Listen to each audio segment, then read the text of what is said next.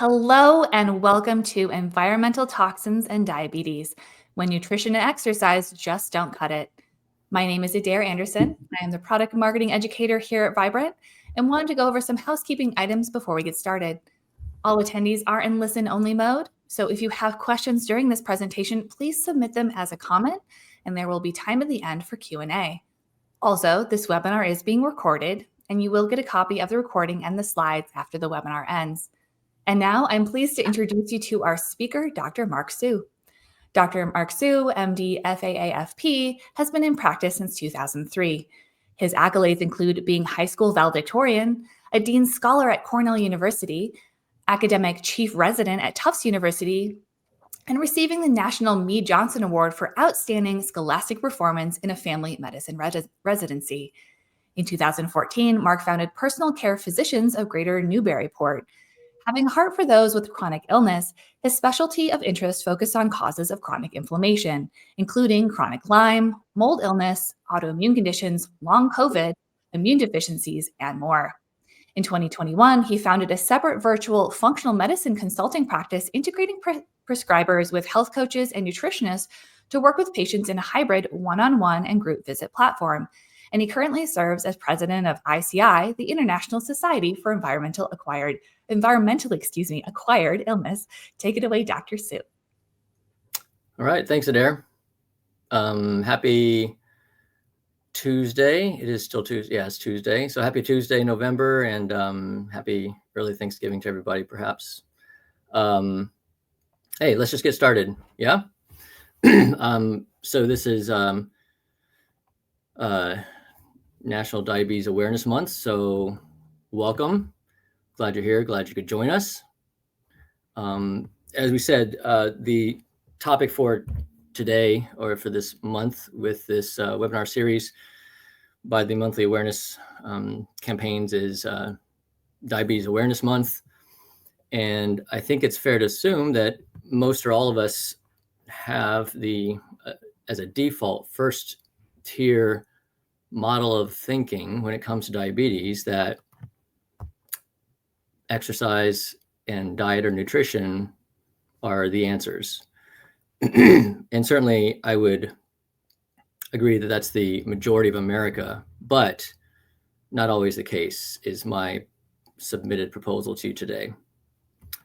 I originally had this listed with a little audio clip because there's a national commercial by a big pharma company with a for one of their medications, where the commercial leads off with this exact quote with little fun music in the background and a gentleman basically thinking aloud, what if what I do for my type 2 diabetes just isn't enough? And hey, that's a good question, because diet and exercise just don't always cut it. Now, we're going to put aside for today the discussion about, well, when someone says they're eating healthier, or they've changed their nutrition in this way or that way, or that they're exercising, what do they really mean? We're going to put that aside, okay? But I trust that I'm not alone as a practitioner, and it doesn't matter what scope of practice you may be, personal trainer, nutritionist, health coach, prescriber, non-prescriber types in healthcare. It doesn't matter. I trust I'm not alone in having come across clients and patients who we really believe and are convicted and are confident that they have made lifestyle changes and are making efforts, even changed efforts with their self-care. And it just doesn't seem to move the needle when it comes to either weight management or more pertinent to our discussion today, their diabetic condition or pre-diabetic condition. So here is yet another example. This is from just a couple months ago, right? September 2024, from this Health Central website, where cross-reviewed by an MD, validating our question and our point. Hey, type 2 diabetes doesn't necessarily have to do with just weight. or fitness per se, right? Contrary to popular belief, physically fit and even underweight people can develop type 2 diabetes. Delving in just a little bit, we're not going to get into nitty gritty here with research and data and stuff like that, but just highlighting a few articles, as we'll do in a couple slides in the following slides. So here's a study from 2016, even from years ago, delineating, hey, what's really at the sort of biochemical level root causes of hyperglycemia and diabetes, in this case, or even insulin resistance more pertinently by the title here of their study. Inflammation. What aspects of inflammation are underlying this? Okay, and so the importance of recognizing that there are delineated inflammatory processes, cytokines, and other mechanisms that have been identified leading to insulin resistance, hyperglycemia, diabetes suggests there are some root causes of diabetes that may be in addition to or beyond just healthier eating and exercise. This study, more recently, still 2019, from University of Kentucky researchers, goes a little bit further. They actually are a little bit bolder in their commentary here, suggesting, hey, it's a flipping the chicken and the egg. All right. Their commentary here is, hey, look, it's not the high sugars. It's not apparent that the high sugars are what cause inflammation in someone who's diabetic. It's the reverse. It's that mitochondrial damage as a root cause is leading to the high sugar itself. And then they go further and delineate that this Th17 mechanism, this Th17 dominance or imbalance, is yet another mechanism, let's say, beyond the previous slide here, some of their mechanisms that they may have delineated. I'll be honest with you, I don't recall for a fact it wouldn't surprise me if they got into Th17 in this paper or not, but these researchers in Kentucky, they go a little step further and focus in on the Th17 mechanism. And I'll bring that up here because we will revisit the Th17 topic on a high level as we move into further slides here. But the end point here between these two slides is, in conventional medicine, which is my background training many years ago. In fact, total sidebar off script here, but my dad was a drug researcher for Eli Lilly, and his project for many years was nasal insulin, and it didn't ever take off. I think Lilly did sell it off to some other company, but I know it became a commercial product, but I never saw a patient ever on it. But right, the conventional approach is bringing the sugars down with whatever kind of interventions, right? But in a sort of integrative functional medicine approach, we could say, well, what are the root causes behind that, instead of just treating the end limb on the tree, if you will, okay, the end of the branch. And it's easy to say, well, root causes are eating and exercise. And I'm proposing that I'm not the only person who's seen patients where that doesn't always cut it. All right. We all know about eating and exercise. And hey, anyone who's here live or later on recording who's a health coach or nutritionist, you put me to shame in being able to help patients and clients be able to achieve those outcomes much, much more effectively than I could. Okay. So honor to you, and I give you all due credit. But we also know, I'm sure collectively here, that there are some patients where something's different. So further affirmation here, or validation that, hey, look, in this population's cohort study, so larger numbers of data points, they're pointing out, hey, patients who have these particular chronic inflammatory disorders, are largely autoimmune in nature, so systemic vasculitis, autoimmune disorders, various kinds of psoriasis, ulcerative colitis. These folks, independent of other variables, i.e. nutrition, exercise, weight, BMI, their risk of heart disease and type 2 diabetes is increased. There is a correlation being drawn here that chronic inflammation can lead to hyperglycemia and diabetes, i.e. independent of eating and exercise. Here's one step further. These folks, even closer in chronology, 2022 now, they're pointing out a proposed one root cause of that inflammation here. Candida albicans induces increased insulin secretion and insulin resistance. All right. Here they go so as bold as to say Candida albicans should be considered a new factor in the pathogenesis of diabetes. And those of us who know about in the research world, like they're kind of careful about their wording. It's just the sort of culture and the professional presentation to not be too radical and try to swing the pendulum too quickly. And it's just a more well-received, it's a little gentler stepping point, if you will.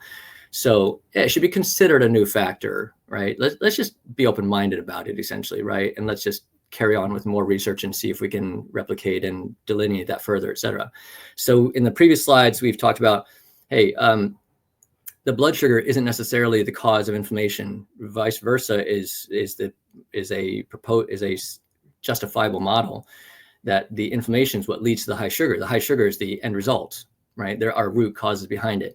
And those mechanisms on a cellular level, on a biochemical messaging level might be various topics plus Th17 more specifically. And then we're going further and saying, well, what are some of the possible root causes of that inflammation with those mechanisms? And here's one, Candida albicans. Here's just a kind of like a sidebar here, like all the way back in 1999. So how often might Candida and other Candida yeast, mold, categorically fungus, how often might fungus be actually a problem? And I'll just put out there in my wording with a lot of patients is fungal overgrowth. How prevalent might fungal overgrowth be in our general population? And I didn't put in slides here, but I did some digging on this in very early in this calendar year. While I was visiting my parents, I was sitting in the parking lot waiting for my kids and wife somewhere, and I should have screenshot it or something, all right? But I mean, the percentages were meaningfully higher than I expected. And there isn't much out there in the general for percentages for the general population. And not surprisingly, most of that data is in diabetics. Okay, what's the fungal overgrowth prevalence in diabetics? But I found at least two, if not three papers on a quick dig when I was in the parking lot, comparing those numbers to non-diabetics. So maybe we could substitute that as like the general population on some level, okay? And I'll just say the percentages that I saw off the top of my head, my recall were somewhere in like the upper teens to low 20-some percentile. Collectively between the three papers. And I don't know, me personally, that's just my take, my bias, but research papers, I tend to think that their findings tend to be on the low side. All right.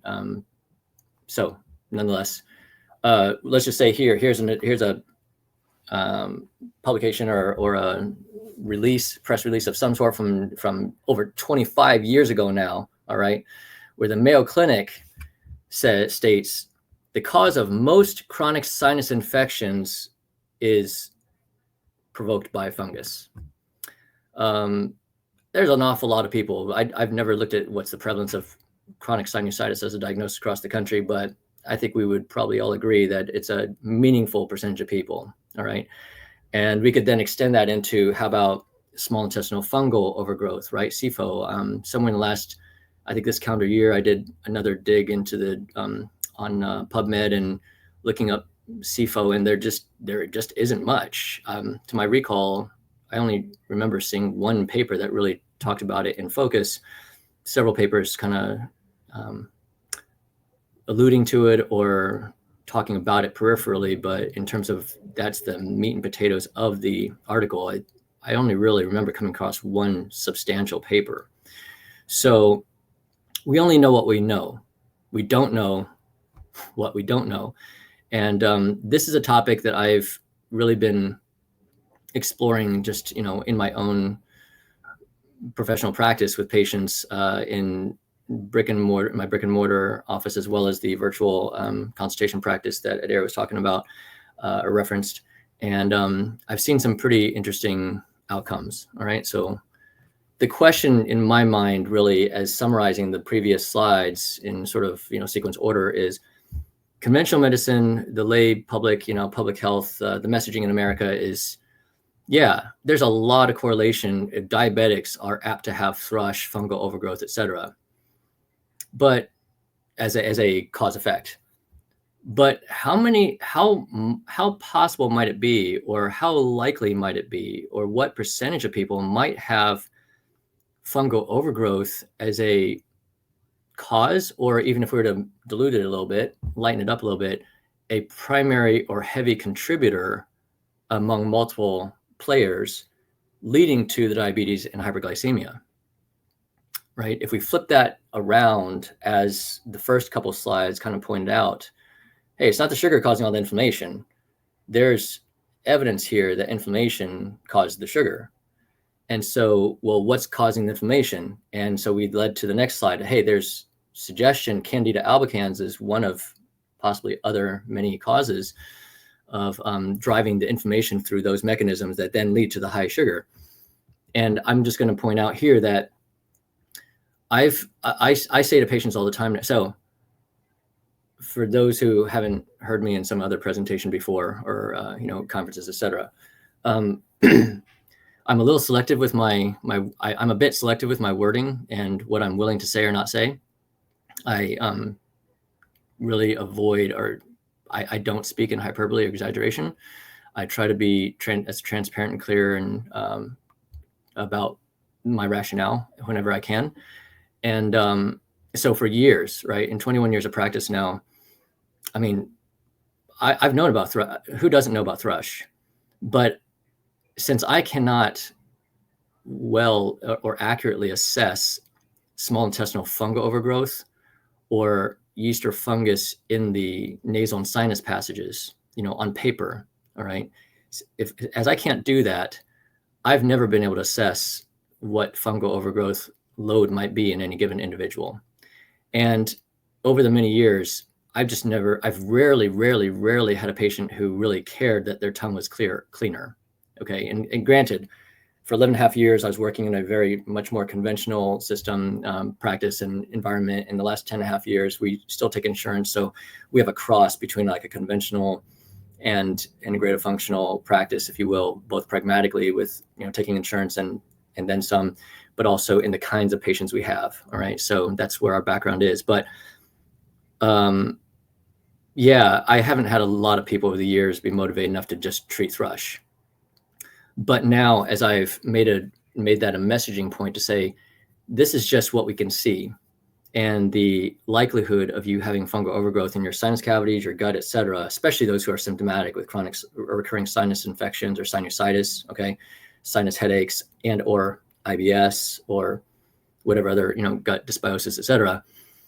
I've used that as a messaging to say, with more context, which I won't get into today, there's good reason and justification to be more aggressive and treat that. And in those who have been hyperglycemic or pre-diabetic or diabetic for that matter outright, I've definitely made that an issue. And here's where I point back to the previous slide about the Th17, because Th17, as many of us or maybe all of us here know, is very heavily driven by fungus. All right, it's a antifungal response, the Th17. It's also an autoimmune. The Th17 dominance between Th1, Th2, and Th17 dominance is a, very heavily autoimmune autoimmune condition correlation as well. All right. So here I'm just going to give you verbally a couple some of my experiences, and then we're going to move on in the slides. But I started treating people more aggressively for the first time in my professional journey about a calendar year, about 12 months ago, for fungal overgrowth, and it was just eye-opening.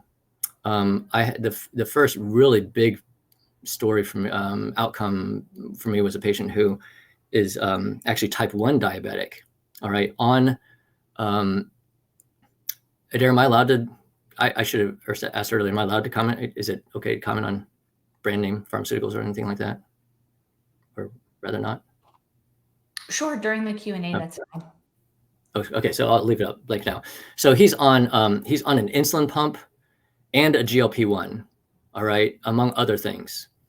And his A1C, I believe, was 6.4. I mean, it was actually pretty good. The GLP-1 addition knocked him, from 7+ down to 6.4.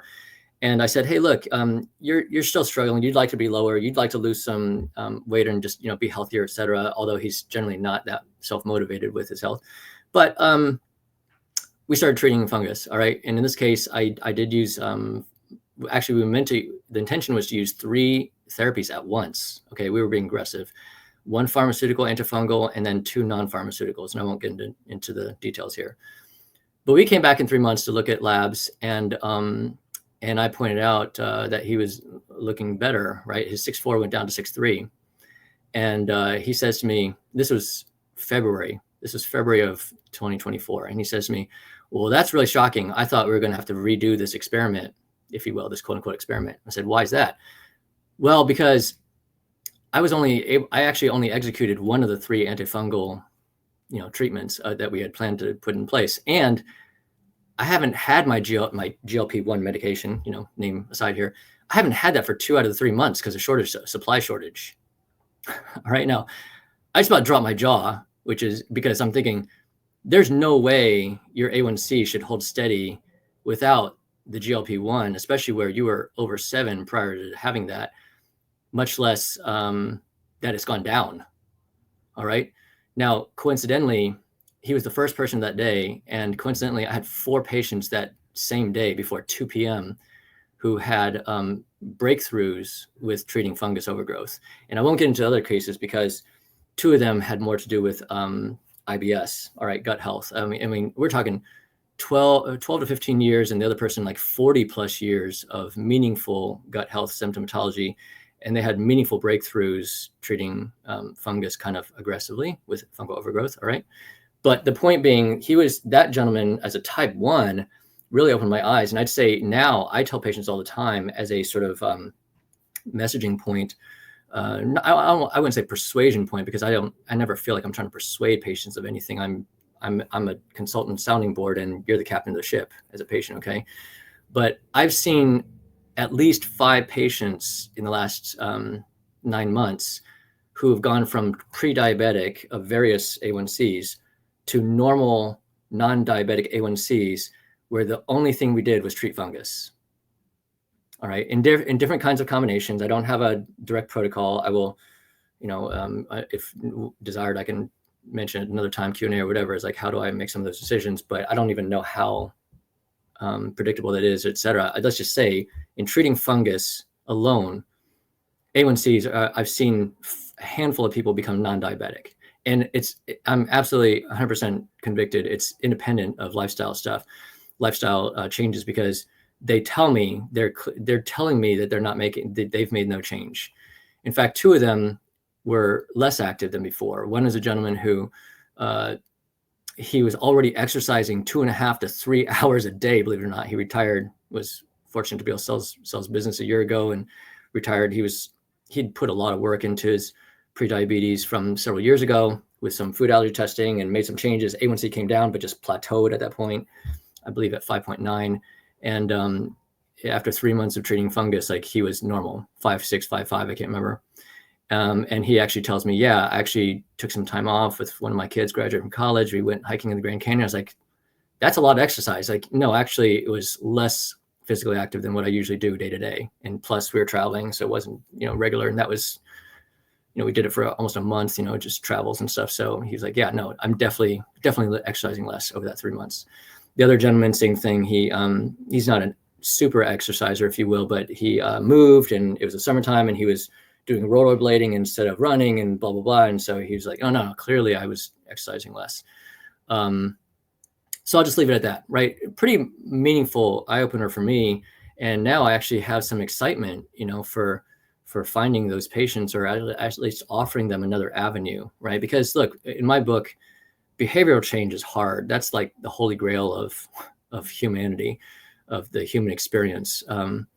Anybody who can come up with an invention or therapeutic for behavior change, instant billionaire tomorrow. All right, that's my thinking.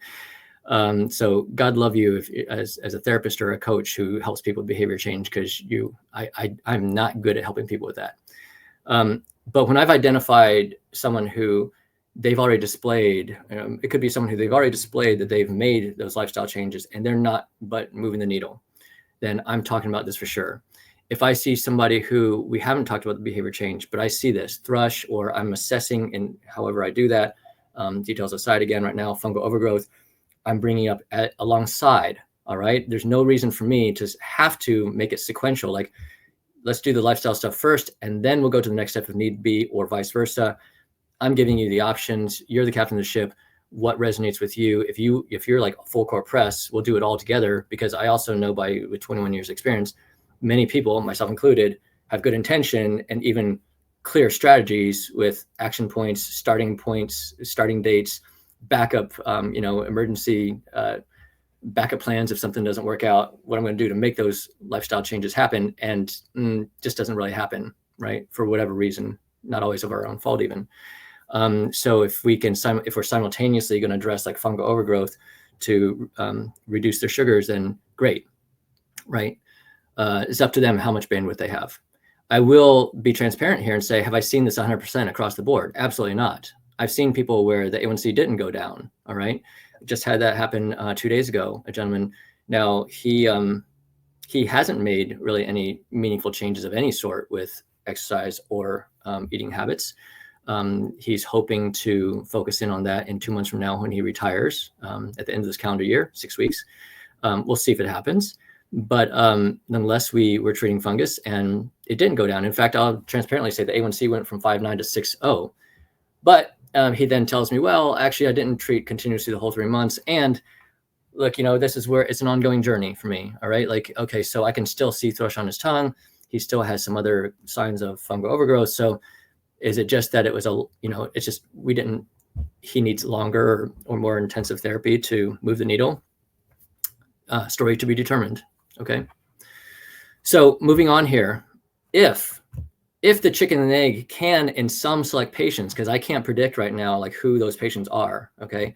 But if the chicken and the egg cause effect can be flipped around and we say, hey, fungal overgrowth can be a driver of hyperglycemia and diabetes in some patients, then what else do we not know? Or what else do I not know? All right. And I would extend that further, and we'll fly through the next few slides here, but I would expand that to say fungus, i.e. yeast and mold as forms of fungus, that's only one small entity within the exposome profile. All right. So here, a podcast from Mayo Clinic in 2024. I thought it was it's a great visual. And also the title is really compelling for me.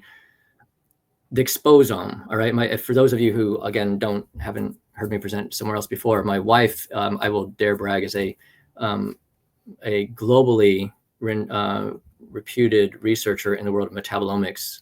She is on staff at Harvard, and she has, awards out the wazoo. And she, a lot of her work is in the aging world. If anybody remembers from Vibrant's Longevity Summit, this slide and a few of the following slides kind of are I pulled from that slide deck, and a lot of her work really meaningfully contributed and impacted that presentation that I presented on the impact of toxicity on longevity. Okay. And the exposome is a big topic in that anti-aging longevity world. This is a very broad topic, and it's, for those of us who may not be familiar with it, it's the study and knowledge of anything that we're exposed to, right? And I liken that to bugs and toxins in a layperson's term, right? These are entities that we don't make. They don't derive from us inherently. Okay, they're not self-native, if you will, native to the self. Doesn't mean it's all bad. All right. It could be neutral. Some could actually be good, right? A lot of our microbiome is good, but it doesn't come from us per se. Okay. It's not part of our hormones, immune system, neurotransmitters, genetics, et cetera, et cetera. All right. But the fungus, the fungal entity, yeast and mold, it's only one of many, many, many exposome entities. So now I ask, because I'm curious and inquisitive and whatever, it's just the way I'm wired, I ask myself, well, what else besides fungal overgrowth with yeast and mold might lead to high sugar and diabetes? And so, that kind of opens it into, this is just it's sort of like a parallel model. If you're not familiar with the term inflammaging, this is a term much more commonly used in that anti-aging longevity world, where the definition is we're talking about chronic inflammation, okay, but they're talking about it more on a, and these are some pretty frequent published authors on papers on the topic of inflammaging. This paper's from 2018, but they kind of define in this paper, and I'm sure they reuse the same statement and definition in a lot of their papers, but a chronic, quote unquote, sterile, low-grade inflammation, right? A cellular level of inflammation that contributes to age-related diseases, which easily includes diabetes, okay? And they basically separate the entities and categories of what leads to inflammaging into 3 categories, which we're not going to get into today. But the point is, chronic inflammation, just categorically in principle, it involves 2 parties essentially, right? The immune system reactivity that basically produces the inflammation, and then the provocateurs of the immune system. And the provocateurs is basically the exposome. I mean, we could get into technical detail here. They would talk about like, senescent cells and things of that nature that are kind of self-derived, but a big contributor to inflammation, chronic inflammation, would be the exposome category. All right. So in the next few slides, as we just kind of expand our minds into beyond fungus, all right, we can say, hey, bugs and toxins. Well, when the term toxicity comes to your mind, when someone I use the term toxicity, what comes to your mind? It might be waste dumps. It might be biohazard chemicals. It could be heavy metals. It could be mycotoxins. So fungal toxins. They're made by yeast and mold. So a lot of these, some of these slides are taken from that Longevity Summit presentation here, but case in point, right? And it all ties together with the same framework we started with, and that here's examples of mycotoxins made by fungus and mold. They're known to be immunosuppressant. We've got here a paper referencing environmental mold exposure, leading to a reported series of patients with new onset CIDP, right? Polyneuropathy. One step further beyond the fungal toxins. Now, if we go upstream and talk about like the fungal organisms that create those toxins, and here's again Candida albicans. So here, instead of talking about cause effect of fungus leading to hyperglycemia and diabetes, we can again kind of substitute out. In the previous case, we're talking about fungal toxins. Here we go back to the fungus on step 1, and we say, how about the back end effect? Instead of hyperglycemia and diabetes, here's our different types of polyarthropathy, joint pains, arthritis. All right. And then we, again, sticking on Candida albicans, not surprising to a lot of people. Here's a paper kind of simultaneously talking about one of the inflammatory mechanisms with Candida lysine, and then the back end manifestation being a multitude of different inflammatory or autoimmune disorders.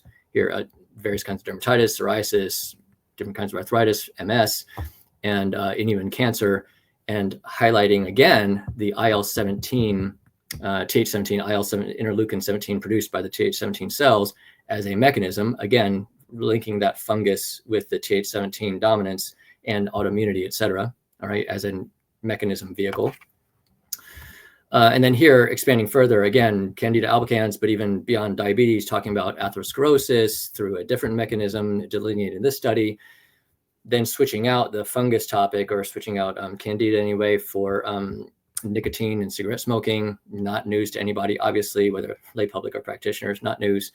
Then here, another example study of lead exposure and cardiovascular disease. So it's the same template formula, right? Exposome entity, whether fungus or something else, end result, inflammation, whether hyperglycemia, diabetes, or in this case, heart disease, cancers, et cetera.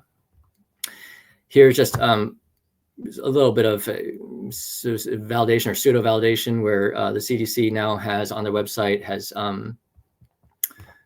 this is from their website, and they are acknowledging they're not acknowledging or recognizing these pathogens as chronically persistently present and causing chronic inflammation per se, but they're one step maybe behind that, saying, hey, these agents that have been linked to chronic symptoms. So not making commentary one way or the other about the mechanism, but okay, we've got the Borrelia burgdorferi, Lyme disease in there as well. Certainly, this was, I'm sure, my recall and awareness is this was largely instigated from the SARS-CoV-2, COVID-19, long COVID condition.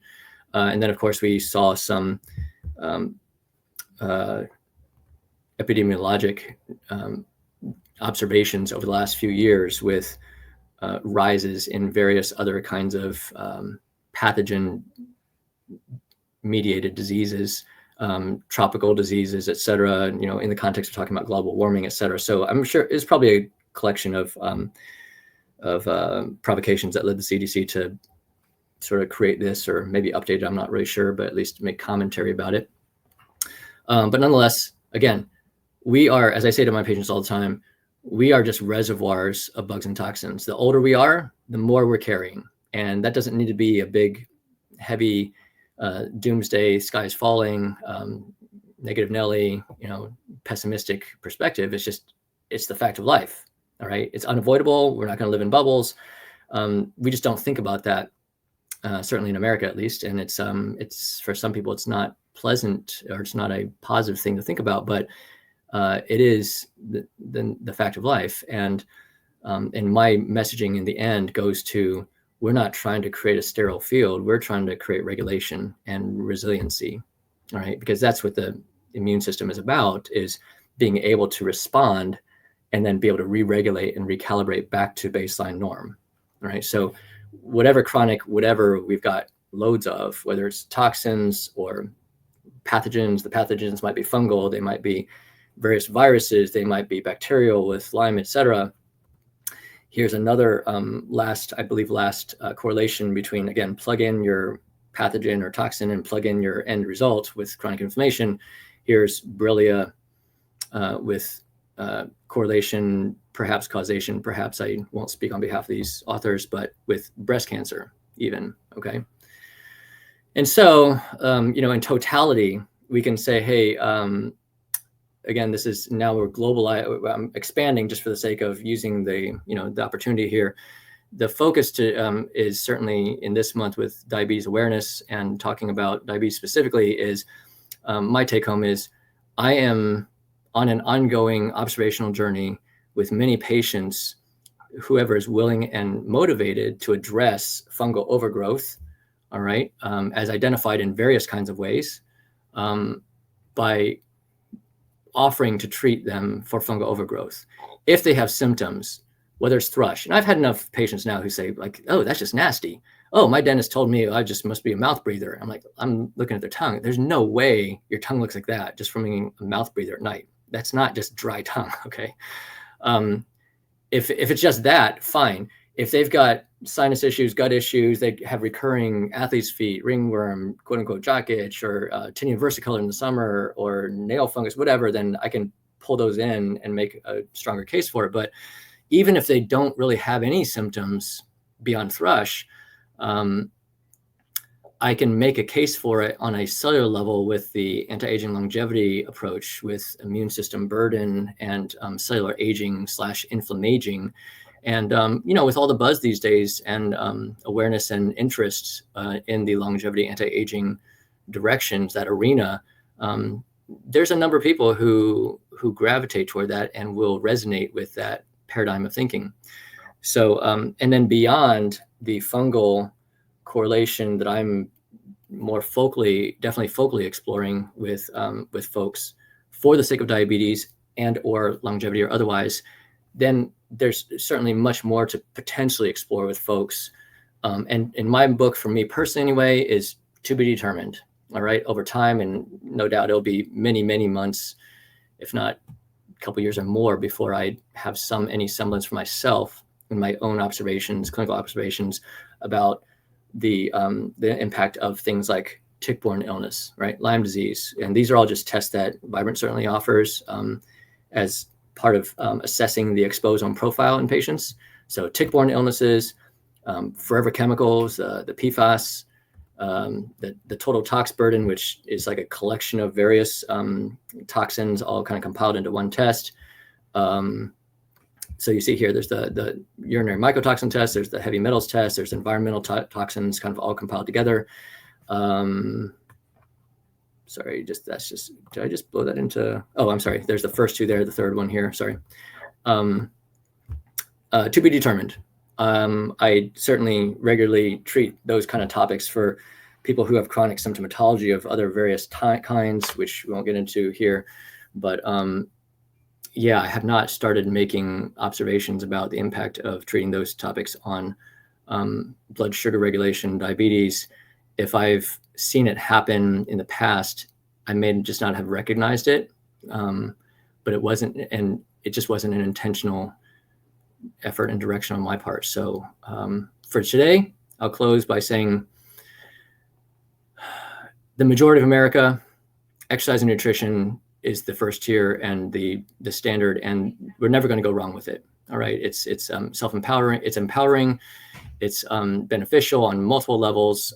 We can, again, even in the longevity world, there's so much to talk about with even specific forms of exercise and achievements, goals, and eating patterns that are data shown to literally reduce biologic aging. Okay, no way to reduce chronologic aging ever, but biologic aging for sure. All right, but beyond that, with diabetes specifically, aside from exercise and nutrition, whether it's a simultaneous for me, whether it's a simultaneous offering up front, just to give people options, because I've just had too many patients over the years that they verbalize, whether they're saying it to me just to sound, to sort of head nod me, or they really do have intention, even goals, and it just doesn't happen because life happens. Okay. Exercise and nutrition just don't always cut it, whether because they can't make it happen behaviorally, at least in that for now, or they've made meaningful effort and it just isn't enough. And so I offered up front as a discussion point, as a consideration, and I am still on an ongoing journey to see what other entities might also individually or collectively lead to decreased inflammation manifested through hyperglycemia and diabetes. That's it. Should we move to Q&A, Adair? Let's do that. Thank you so much for that presentation, Dr. Sue. I love the insight on just the impact of the exposome, bugs and toxins on driving inflammation and how that manifests as disease in a lot of our clients. So thanks for that. Now's the time for questions, everyone. If you have a question, put it in the comments. There was one that came in during the presentation, so let's show that on the screen. So it's okay if I just leave you in control of that, because I'm not looking at the I'm still on my slide screen. So all right, I will read them to you. Have you heard of microbiology DX labs? This particular provider has been using them for testing sinus fungal overgrowth and chronic bacterial infection because they like data and find that it is useful for getting patients to treat sinus issues. Yeah, absolutely. Joe Musto, the founder and owner of Microbiology DX, such a good guy. So Microbiology DX is some of the background for some people who may not be aware. That lab is, I mean, for me anyway, and I've never heard of anybody knowing this lab outside of the realm of CIRS, right? Chronic inflammatory response syndrome, Richie Shoemaker, the surviving mold world. This is Dr. Shoemaker, for me, deserves a heck of a lot of credit, raising awareness and being the sort of champion banner of mold illness, or mold-related illness, as we in ICI like to call it, or prefer calling it more globally, okay, mold-related illness. And part of that protocol for Dr. Shoemaker for a lot of years, and still is part of the protocol, is testing for MARCONS, multiple antibiotic resistant coag-negative staph is what MARCON stands for. And the lab that they advocate using is Microbiology DX. It's a nasal swab that is literally just like the COVID PCR swabs, except the swabs are big, unlike some of the thin, small ones you can get for COVID. And yeah, there's a whole sort of process to it. Whoever wrote that, I hope you've had some good success as we have in collecting those swabs, because people have some traumatic stories or get all weirded out learning to collect those samples, but I haven't found it to be as big of a deal as other people talk about it to be. Nonetheless, Marcon's testing, that's for bacteria, but you can do an add-on test there, or probably separately too. I don't think I've ever done it just for fungus itself, but they can test for fungus. And yes, we've definitely seen many results outside of Marcon's, whether it's gram-negative bacteria, Klebsiella is a seemingly common one for us, as well as mold much more often than yeast, from my experience with the microbiology DX testing. But yes, so yes, there are ways of trying to substantiate fungal overgrowth in the sinuses from that perspective. Was there a specific other part of the question that I missed? So the follow-up to that is, how does the microbiology DX nasal swab test differ from Vibrant's Candida plus IBS profile, where we're looking at fungal antibodies? Well, I mean, the first easy comment is just it's a direct, what I always call it, a direct versus indirect test, right? It's not that one is right or wrong or better or worse. They're just different. When you're talking about a culture with the microbiology DX, because I fully believe that's a culture test. It's not a PCR. But culturing is like, you're just looking at the fungus. It's there because it just grew out. Antibody testing, which, we all do a lot of the antibody testing. Okay, a lot of it. There's pros and cons to both sides, but antibody testing is, well, first and foremost, interpretation is with IgG antibodies, we can't say analytically, we can't say for fact that provoking pathogen or exposome entity, whatever it may be, toxin, bug, whatever, is currently present. It could be a past exposure. Now, in my book, I've become aware over the years that it's pretty safe assumption that most times that IgG antibody does reflect a present exposure, okay, on whatever level. So that's number one. It's just direct versus indirect. And so if we're really analytical about it and really finite about it scientifically, then we just have to keep that in check in our own minds. And then secondly, if the antibodies are for Candida specifically, then it's just that. It's just Candida versus a culture. It's like whatever grows out, grows out. Great. Thank you for that clarification. Oh, I should also, last thing, really important, right, obviously, is if you're talking about antibody testing, then that's systemic, right? It's blood testing, systemic, like who knows where the source is. Whereas if you test negative on the fungal swab or the sinus swab, that says nothing, obviously. It's a duh statement, but it just says nothing about whether there's fungal growth elsewhere. And then, of course, anytime we're talking about a direct testing, there's a greater risk of false negatives, right? So like if they would have grown it 2 more days, would something have grown out on the culture plate? Or I think we always have to be careful. There's so much lab interpretation potential fraught for error within our own selves as practitioners. All right. If I see, for example, a Candida antibody panel show up negative, and I say to myself, much less then to the patient, you don't have quote unquote mold. And I say that purposely because in our community of practitioners, people are always just throwing on mold as a loose term. Okay. And it's not I'm not trying to be critical. It's just, I'm kind of careful about that. If I say to myself, oh, the Candida panel is negative, they don't have mold. That's not a correct interpretation. They don't have antibodies to the Candida that was tested. If the antibodies were only to Candida albicans, they could have other Candida that wasn't tested for.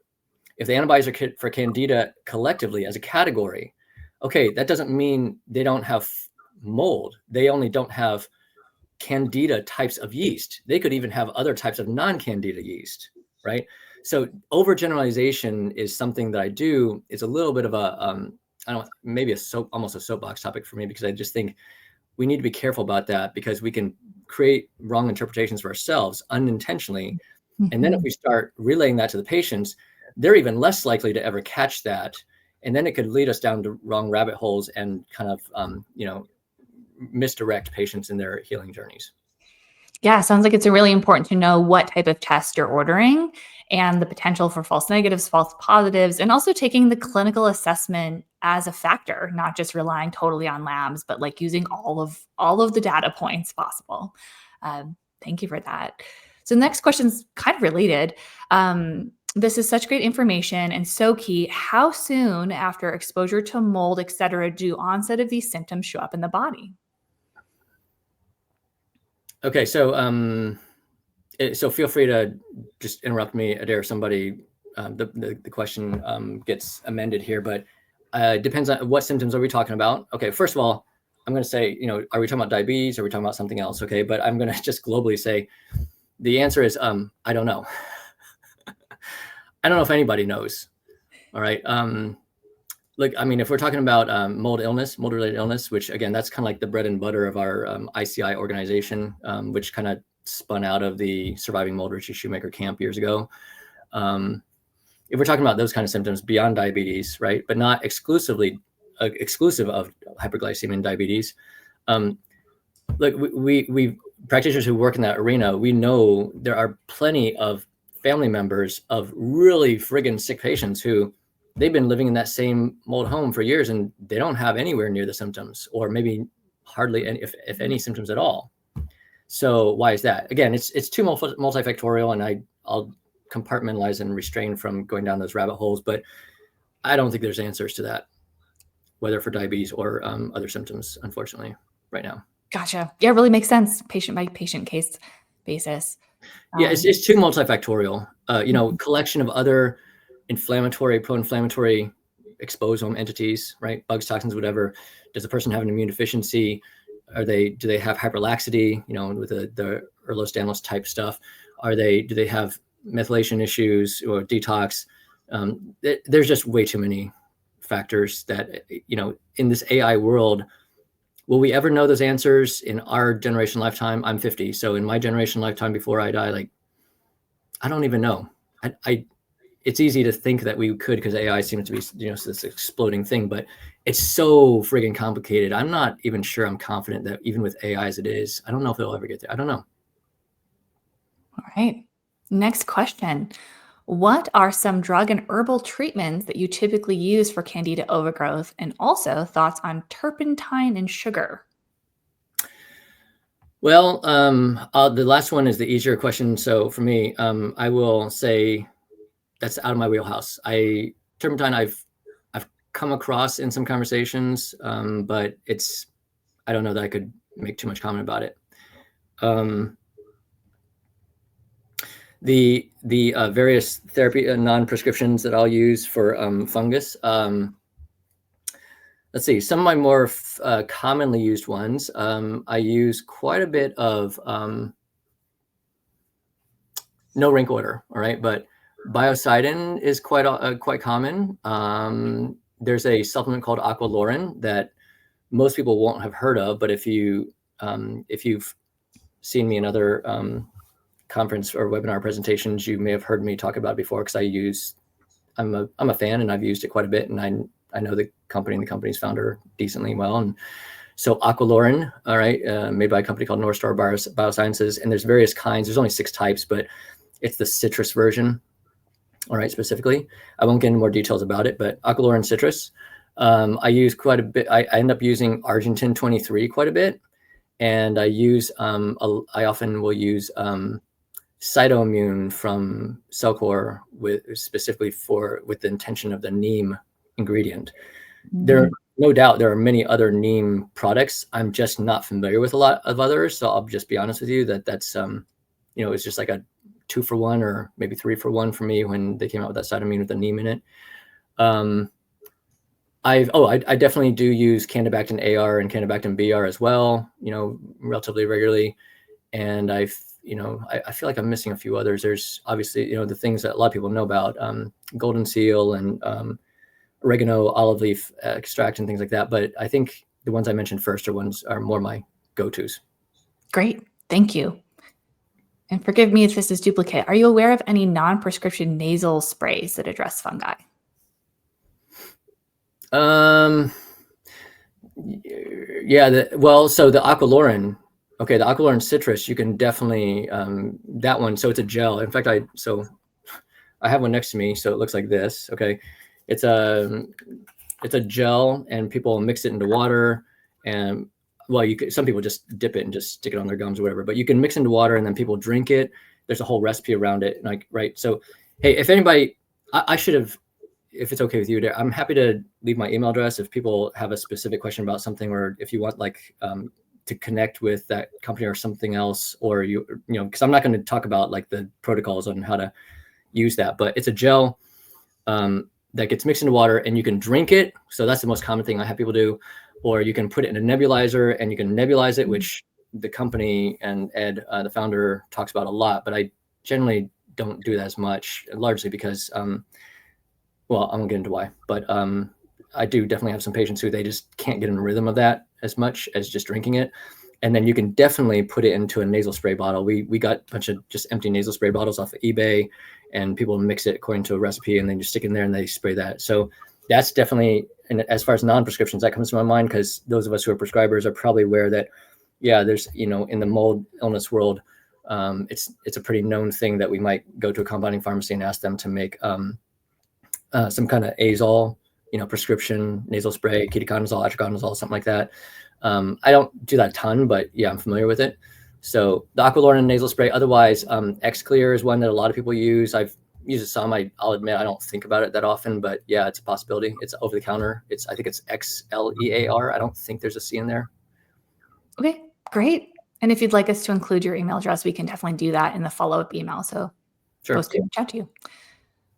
All right, next question. What one test for tox screening on Vibrant Diagnostic Panel would you recommend for someone with uncontrolled diabetes, even after maximal lifestyle and therapeutic intervention? Well, answering the question directly, I mean, I've even though it's a little, I probably maybe more than I need to be in many cases, am cost conscious for patients. So, you know, the total tox test is more expensive, you know, even if, hey, it's a better bang for your buck because you're getting discount basically in the bundle system. But so I've gravitated towards the total tox whenever possible. All right. Having said that, when you're asking specifically about toxin testing, that's what comes to my mind. But as I've already alluded to in my talk earlier, I'm not going to suggest that I don't know if any case examples where I was addressing something, you know, from environmental toxins or heavy metals and could see a direct correlation with decreased glucose or A1C levels. All right, so I'll just defer back to saying right now I have full conviction that a number of patients, I don't know what percentage and what those phenotype, you know, more predictable phenotype patients are right now, but that addressing fungus is going to be the fungal bugs is going to be a much more predictable outcome than any toxins. And in that case, then you could use like the Candida panel that was referenced earlier, but you just got to know, again, if it's negative, it doesn't mean it's that there's no fungal overgrowth. It's only there's no evidence of Candida based immune reactivity. There could still be fungal overgrowth colonization that was not meaningful enough, intense enough to provoke antibody response. Okay. And so you could still have fungal overgrowth without the antibodies there, regardless of whether it's Candida specific or not. And then you got to wonder if someone doesn't have enough antibodies to show the results. Mm-hmm. So I do make a regular habit. I recall it's available through Vibrant to look at IgG, IgM, and IgA antibodies, just, you know, non-specific levels, just to see if they have enough quantity. I don't know if you know, Adair, whether Vibrant makes the IgG subclass 1, 2, 3, and 4 available also, but I routinely look at that kind of stuff. Yeah, so the total immunoglobulins test is a free add-on for any antibody test ordered via venipuncture, and I highly recommend adding that. One, it's free, and two, it's good to know if a person is immunocompromised, has too few antibodies, because if the whole amount is too small, like you're going to get a false negative. Yeah, absolutely. This is a big deal. I did this years ago when I was really just like focused on Lyme. I mean, we're talking 10 years ago, and I was like, hey, if I'm looking at an antibody test, but the person doesn't have enough IgG antibodies, then, you know, my favorite illustration is, it's like we're looking for your body to tell us we're looking for your body to put down the writing on the paper to tell us what's going on inside. But if you don't have enough ink in the pen, then I can't read the writing. That's a great analogy. So I don't see any other questions, but there are 3 comments that I thought were worth showing on the screen. So one attendee said that MicroGen DX has a more thorough test now, metagenomic sequencing for nasal swabs. The provider who pointed out the microbiology DX earlier specified its culture plus sensitivity, and then also added that they like doing both, the direct and the indirect, because if they're going to treat the gut and sinuses, they're going to treat both the gut and the sinuses if they're both positive. And they also find that sinus treatment is not the easiest thing, kind of annoying to do. So they want all the data to help patients understand why they're going to go through that process, to really help with, it sounds like, compliance. If it's an annoying protocol, like having all the data from both direct and indirect to support the protocols so people actually adhere to them and do the thing to feel better. Awesome. All right. Well, I don't see any other questions or comments online. And we're also at the top of the hour. So thank you so much, Dr. Su. That was an amazing presentation. Also, everyone in the audience, great questions, great discussion. Thanks for being here. Have a vibrant rest of your day and take care until next time.